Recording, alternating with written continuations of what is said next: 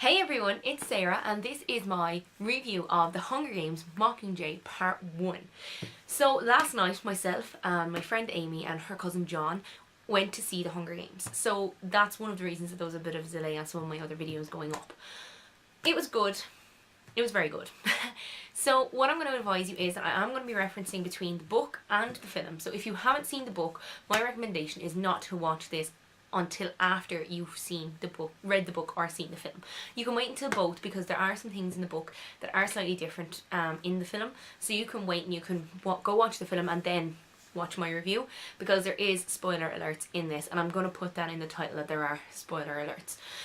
So if you don't want to know what happens in the movie, you can just turn this video off now. Still, please thumbs up, subscribe and share, and you know, go to Penny's and buy this t-shirt. Go to Amazon and buy these books. Okay, so let me just dive right into it. So the film is really good, I have to say. I just thought it was very good. There was things that were different from the book than in the film, but at the same time, at no point was I saying, God, this is totally different. Because I'd read the books, there are things in it where I kind of thought to myself, you know, if I hadn't read the book, I wouldn't really understand those little nuances. So, for example, I'm going to just reference first of all the first book. So if we look back on the first book, here in the Hunger Games trilogy, the original Hunger Games book, there were some things in it that weren't in the actual film.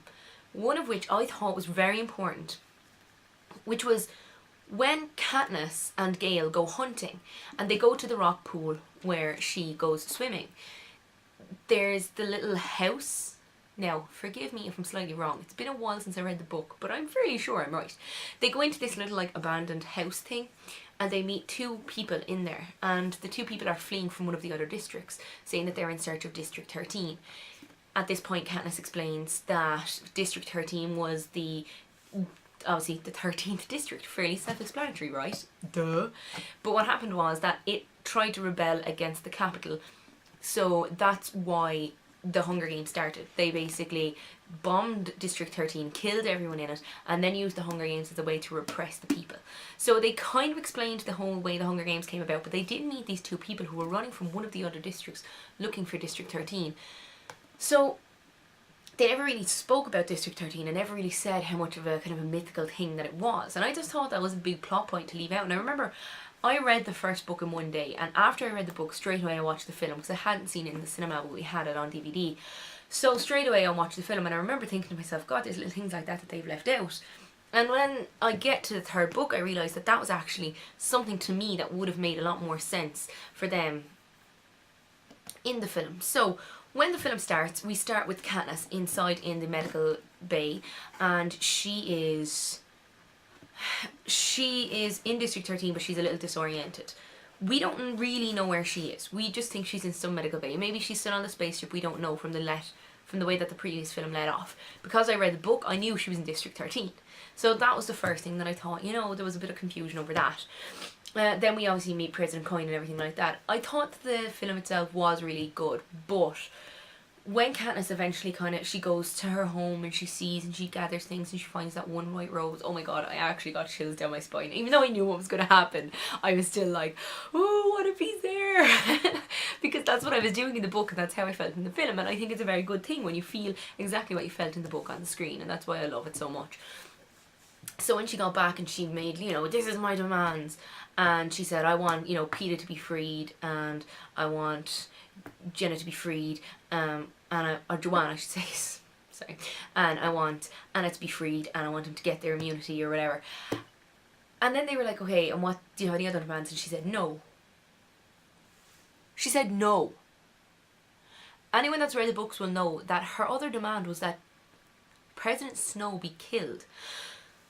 They left out the whole her wanting to kill President Snow, which to me it's kind of an important part of the book. So I'm hoping that maybe part 2 will reference this, because it's a pretty big part of the book. Other than that, I think they really did keep to it very well. I'm happy that they split it in two, because there's a lot of stuff that happens in the book that I think is important that they would have left out otherwise. The makeup, the way they made Peeta look. He looked like a heroin addict. Like, a really bad, like, towards the end of their life. He was terrible looking.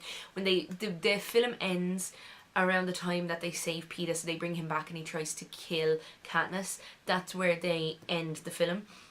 And he just looked so wretched, and his eyes were black and blue, and he tried to kill. Oh my god, it was so scary. We were sitting in the cinema and I knew it was going to happen because I've read the book, and next minute he jumps on Katniss and it was like, oh, and everyone in the cinema, everyone went, oh, and one guy went, ah, and the whole place started laughing. But it was really good. You know, this is only a short video really, just to say that I think it was a really good film. I don't want to get too much into it, because really for me to do it I'm going to have to watch it again, so I'm going to wait until it comes out on DVD. Philip Seymour Hoffman, he breaks my heart. He gave such a good performance, and I know that when the second film ends I'm probably going to be crying, because he is one of my all-time favourite actors, and the fact that he has passed away since, you know, the films were made, and he had one scene left. They're going to replace him with another actor. Well, not another actor, but with another character. So instead of being his character, it won't be. You know, it was very heartbreaking to me to see him, one of my favourite actors, on screen. And I think he's a huge loss. He is a huge loss to the acting community, to films everywhere. Film fans will be mourning. To end on a much happier note. Well, not really happier, because I'm just going to talk about President Snow for a minute. Donald Sutherland, to me, has always been a fantastic actor, and no more has he been.